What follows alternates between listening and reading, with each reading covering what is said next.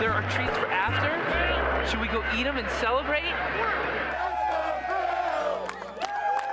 Millions clamor for him. Everyone, it seems, wants a piece of Phil Mickelson. Yet his #1 priority will never change.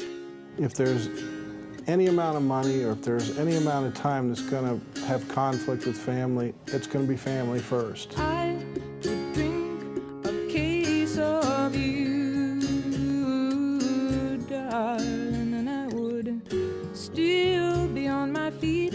Our first date, I noticed something very special about him, and I was very drawn to him. He was very different than any other guy I'd ever dated. He had a certain sort of quiet confidence about him, and this kind of boyish charm, very funny, very charismatic, very talented, smart. He knows what's important to him. He knows what he stands for, and he has had that since the day we met in college. They are so in love and so good for each other. She is a solid piece of that marriage. And when you sit back and you see your son so happy as a husband, so happy as a father, and you see the children genuinely run out there, they can hardly wait to hug their dad. That's the best. It doesn't get any better than that.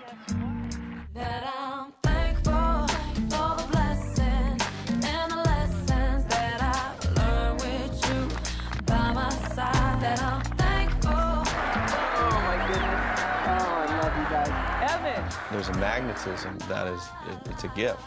And he grew up the right way with his mom and dad. He has a great family life. He continually is defending that because he loves it. It's important to treat people with respect. And there are times where I'm able to be accommodating. But when I go on family dates to Disney or Legoland and stuff, I won't sign autographs because I feel like it's not fair to my kids to take that time away from them, and I don't want them to look at me like that. I just want to be their dad. I can tell you it's how he's been raised. Golf was a game, and your responsibilities were always important, and his responsibility was to be a good person. The apple doesn't fall far from the tree. To see your children raise their children in a way that you can be so proud of. You know, you think you tried to do a good job, and then you see them doing what you think is maybe a better job than you did. That's about as good as it gets. Someone told me a long time ago, how do you know if you're a successful parent? And they said, listen to what your children say about you when you're not there, to their friends and to other people. And then when things come back to us about some of the things that they have said, you know, we'll look at each other when no one else is around and say, you know, I think we did okay.